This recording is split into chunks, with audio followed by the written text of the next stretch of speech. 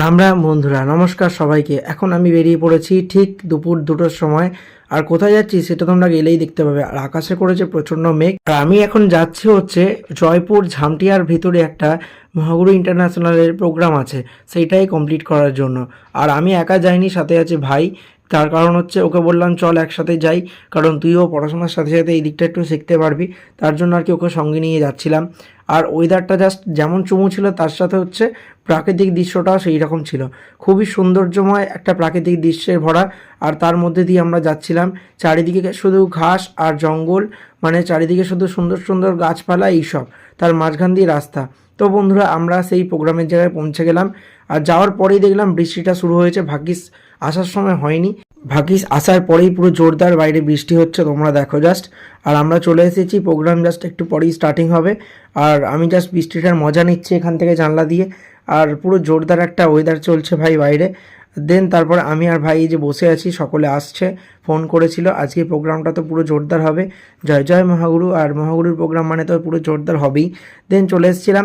আজকে প্রোগ্রামটা সুন্দরভাবে করে ঠিক 2 ঘন্টা লেগেছে, 2 ঘন্টা করার পরে। আর এখন বেরিয়েছি যেন বৃষ্টি বাইরে কিছু হয়নি। দেন একদম আকাশ ক্লিয়ার, সুন্দর রাস্তা। আর আজকে চালাচ্ছে প্রোকে ভাই।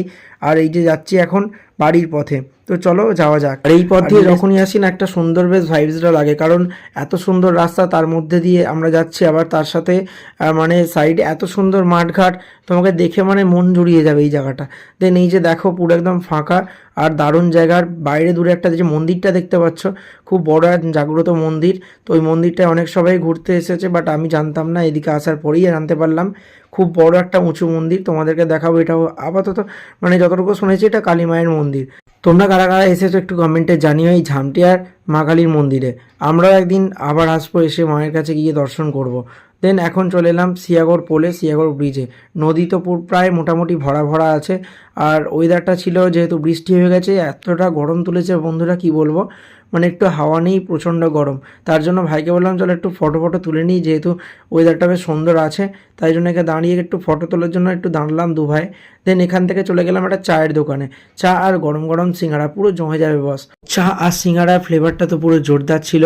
চায়ের এখন মজাটা নিচ্ছি, গরম গরম চা এলাচ দিয়ে, তার মধ্যে মানে জাস্ট একটা আলাদাই ব্যাপার ছিল চাটা। আর এখানে এলে সিয়াগড় এই চাটা আমার খুব ভালো লাগে। তোমরা হয়তো খেয়েছো, সিয়াগড় পোলের ঠিক উঠতে ডান দিকে যে চায়ের দোকান, এখানে কাকুর যে চায়ের দোকান, তোমরাও খেয়েছো, খুবই ভালো চা করে। তো তোমরা জানি কে কে ওখানে চা খেয়েছো। দেন বন্ধুরা আমি সুন্দরভাবে বাড়িতে চলে এলাম।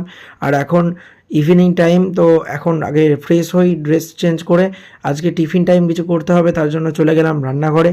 আর এখন এসছি হচ্ছে এদিকে চা হচ্ছে, আর এদিকে